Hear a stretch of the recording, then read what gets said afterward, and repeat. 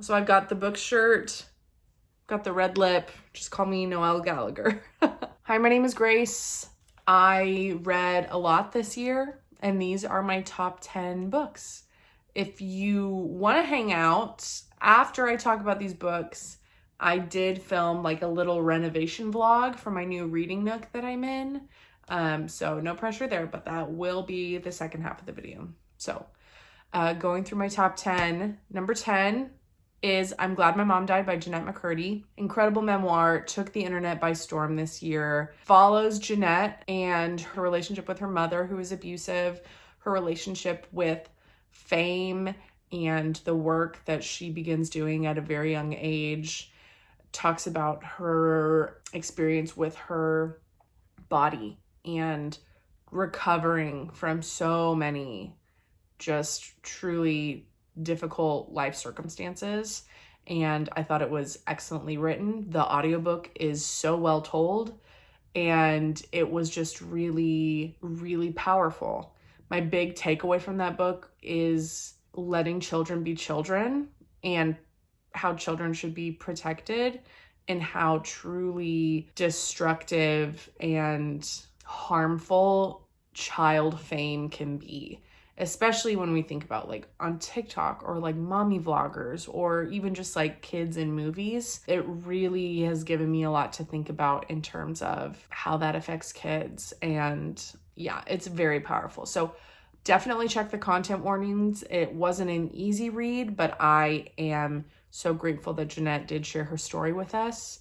And I'm excited to see what she comes out with next. Number 9, my number 9 book is Anne of Green Gables by Ellen Montgomery, a children's classic. It's a sweet, sweet story about a little girl in Canada, I think it's in Nova Scotia, who is an orphan and is adopted by these two like older siblings, like almost elderly siblings that live together.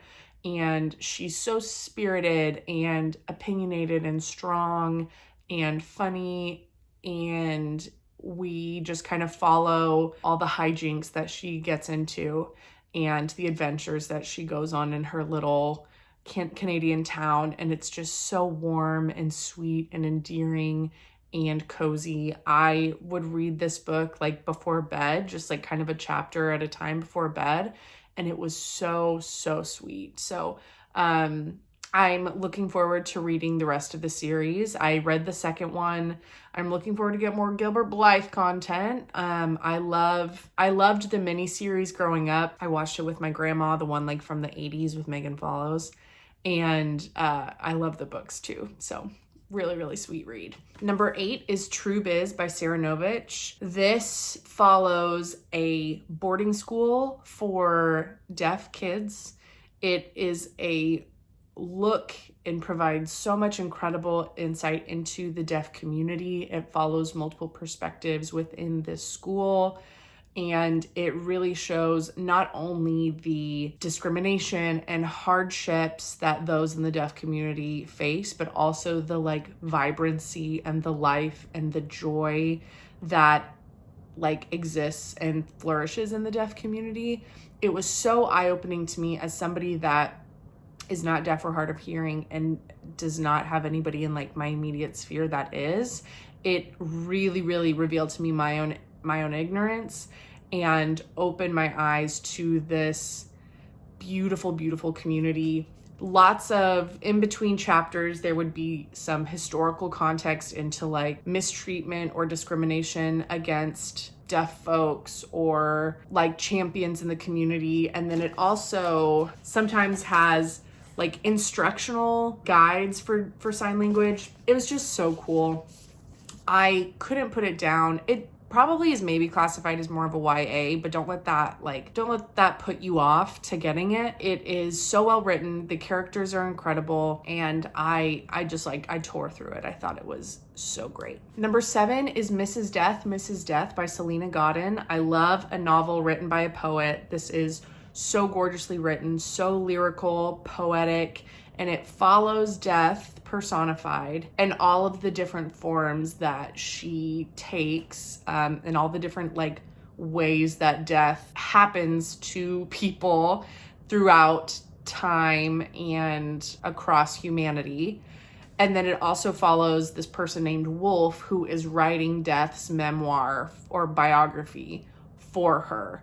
And it's just, I don't want to say too much about it. It's not a plot heavy book, but it does look at these characters and it follows Death and Wolf. And it's just, I don't know, it's really special.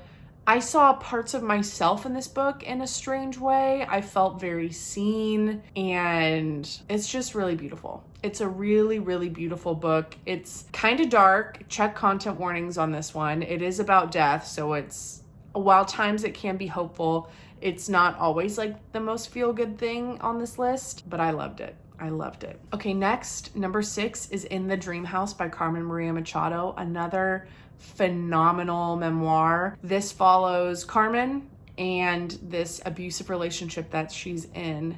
And I mean, gosh, you guys, I just couldn't put it down. I think I read this like in one day. It's so thrilling. It is basically this extended metaphor about this relationship through this metaphor of the house that they shared. But each section or chapter is like a different facet or perspective of that, and the form that she uses, the way that she's telling you the story is so unique and so special.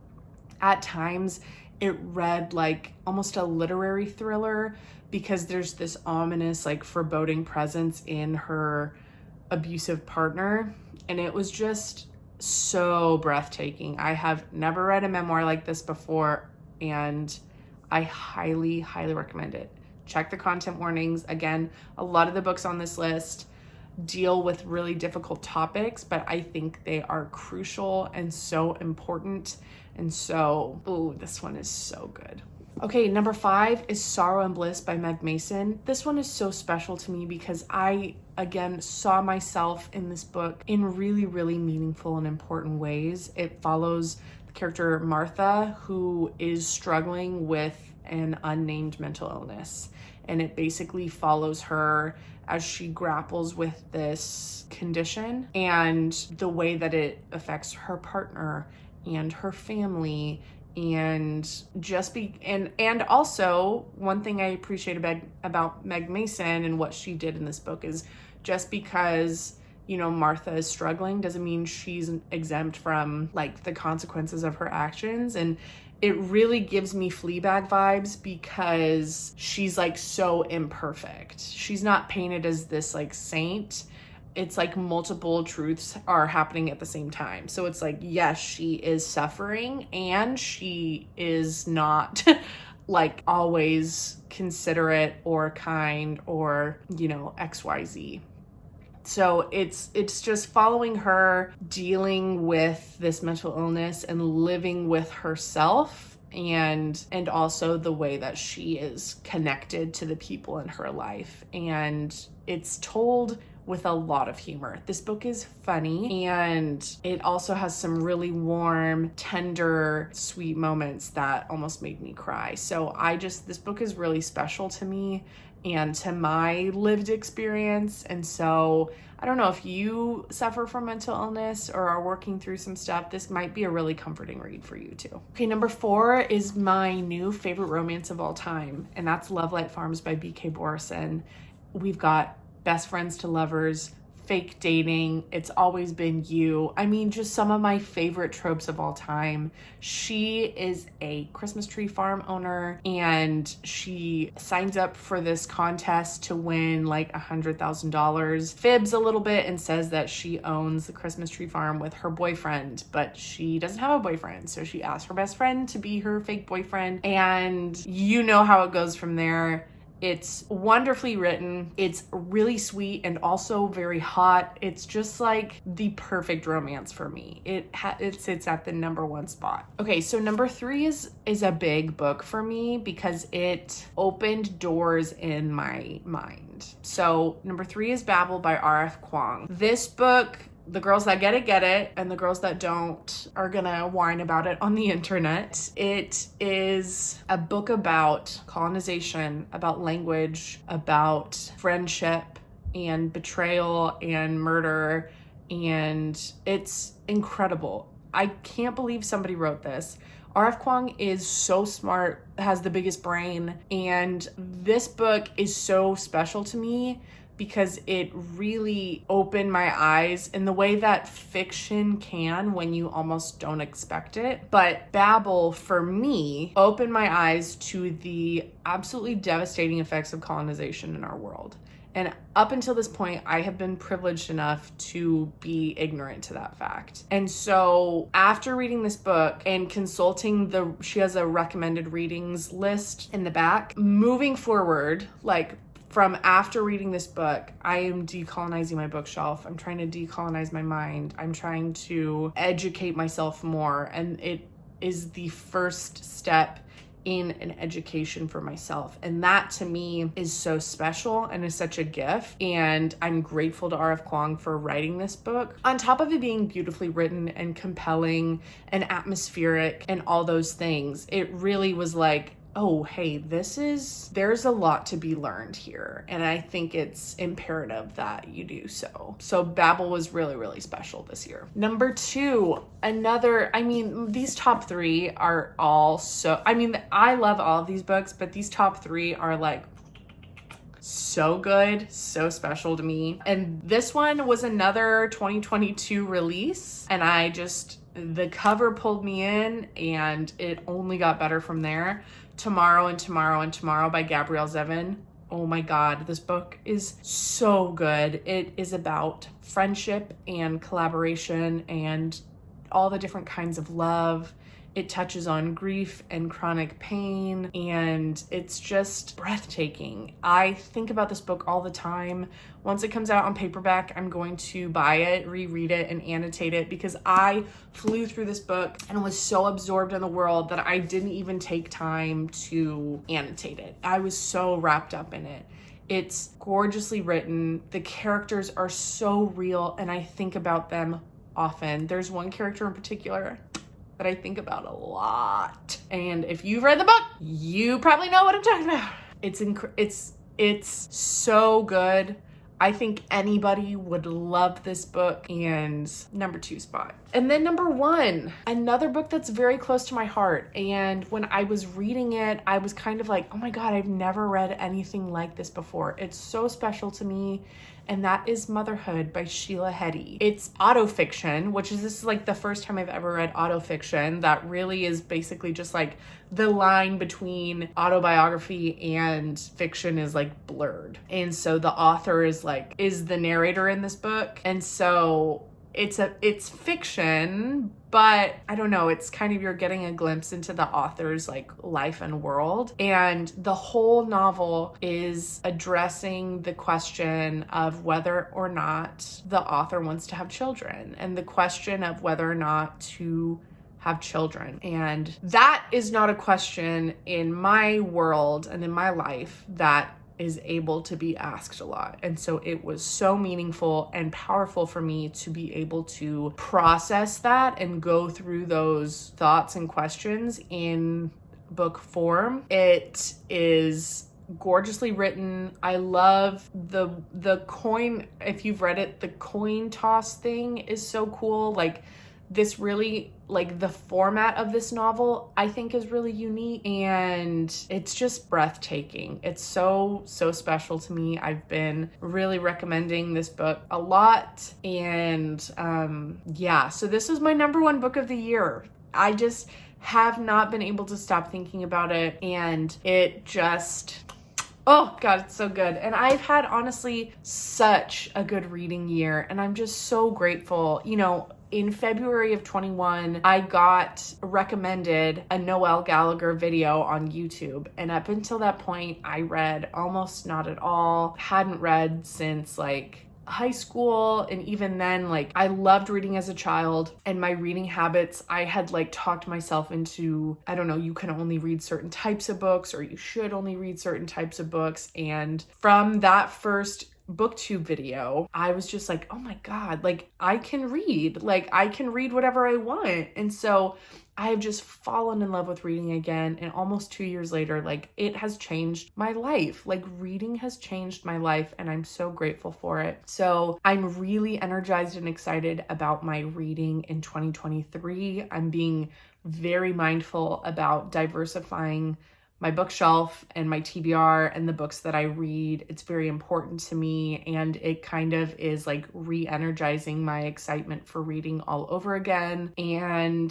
yeah, I think there's a lot of good stuff coming next year, at least as far as reading is concerned. So thank you so much for watching the first portion of the video, the best books of 22. If you want to see a little bit of a renovation, a little bit of my new reading nook, keep watching. But yeah, I'm going to be renovating my office/reading area. So this is what we're working with now. It's messy. We just got home from Christmas with our families, but I've got my reading chair here. It's obviously takes up most of the room.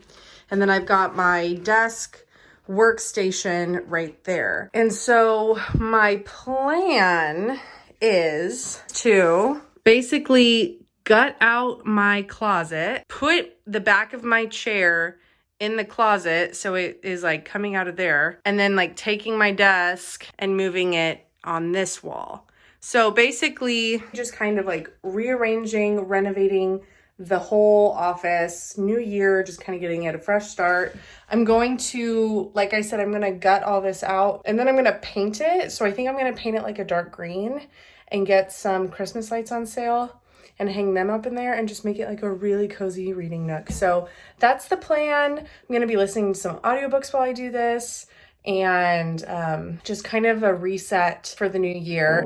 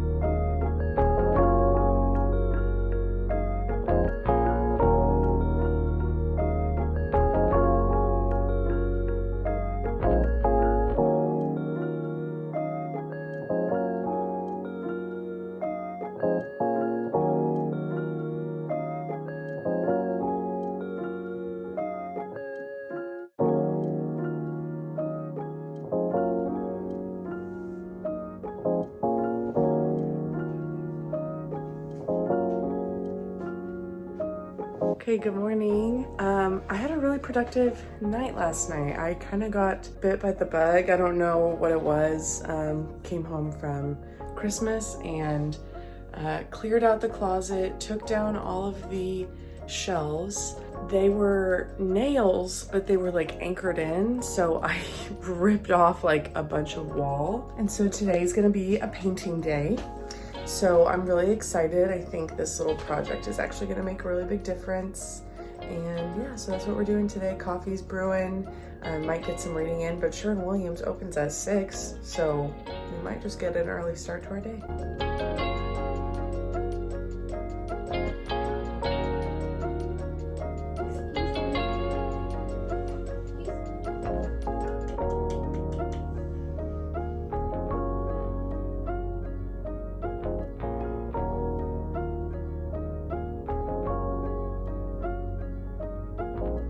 Okay, we went to the paint store, we got the paint, we're in our work clothes now. And so the next step, I'm going to tape around the trim. I'm gonna sand down the plaster that we applied last night, and then we're gonna start painting.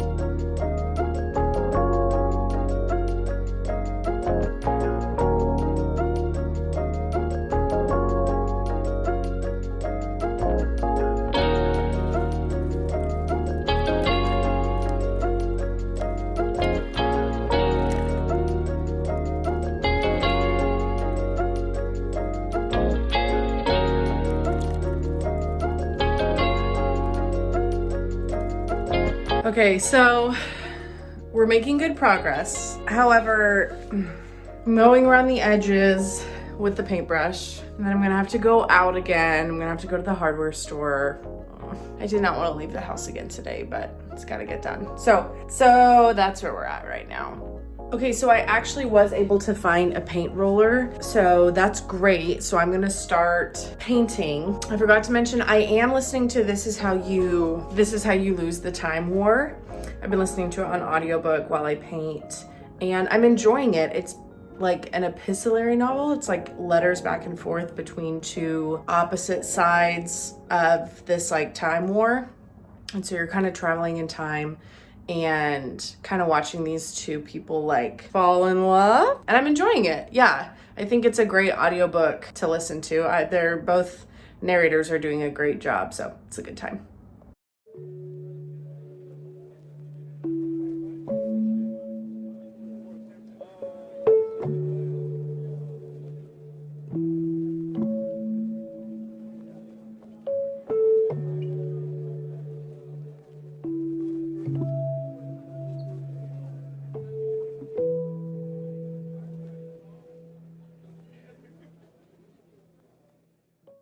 Okay, so we got one coat done.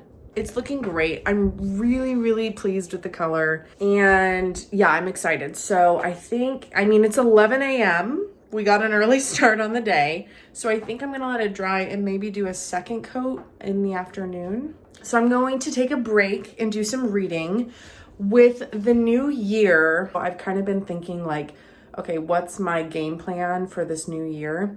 And I think I'm going to always have a fiction, have a nonfiction going, and have a classic going. So kind of alternating between 3 books at a time. We'll see. But that's like kind of what I want to start right now. I'm reading Dead Astronauts by Jeff Vandermeer. Have no idea what's going on. Have no idea what's happening. But I'm going to be able to read it quickly.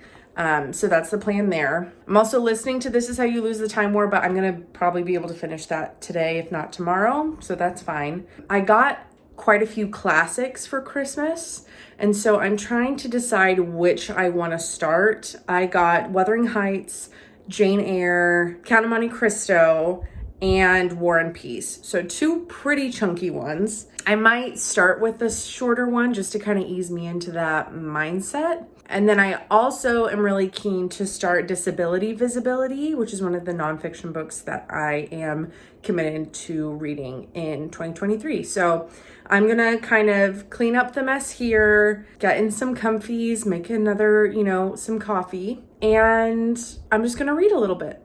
Just kidding, I just remembered the shelves. So there are 2 long shelves that go, where am I going? Up there on those 2, they just kind of like sit in there as shelves do. And I forgot I need to sand those and paint them. So I'm gonna go do that.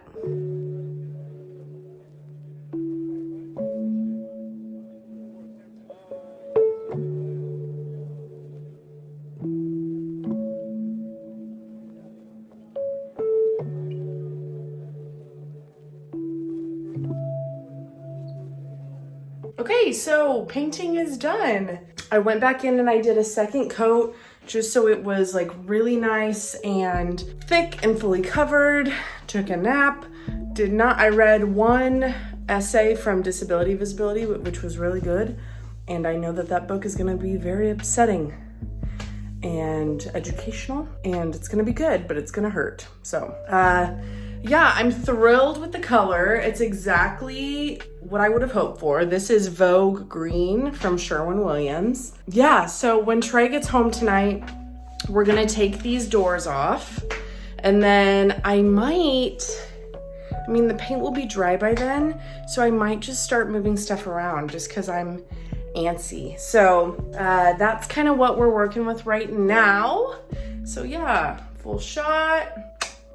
Okay, so I took the doors off by myself. I don't know if you can see, but it really already feels like so much more open. It's not like a giant room, but yeah, I'm so excited. So I think Trey's on his way home right now. I'm wondering if I can get the chair in there before he gets home. Also, I meant to film me taking off the doors, but I'm bad at this, so I forgot.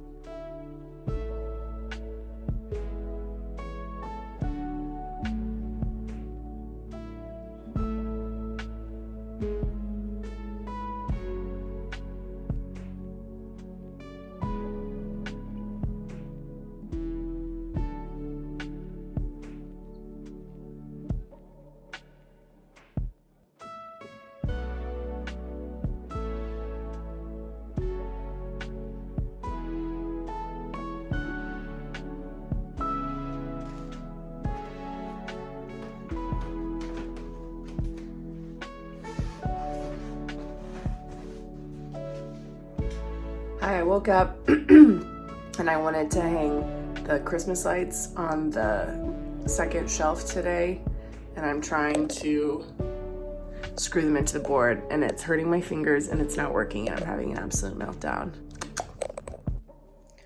Okay, so it's not perfect, but in 2023, we are rejecting perfectionism. So it's just a little cluster of cute little Christmas lights to warm up the space. And I love it. So I've got some art I need to get framed, and I'm gonna do a little gallery wall above my chair, and I love it. Yay. So now I'm just going to relax and enjoy the rest of the week in my little nook. So thanks for watching, and I hope you guys have a great new year. Thanks, bye.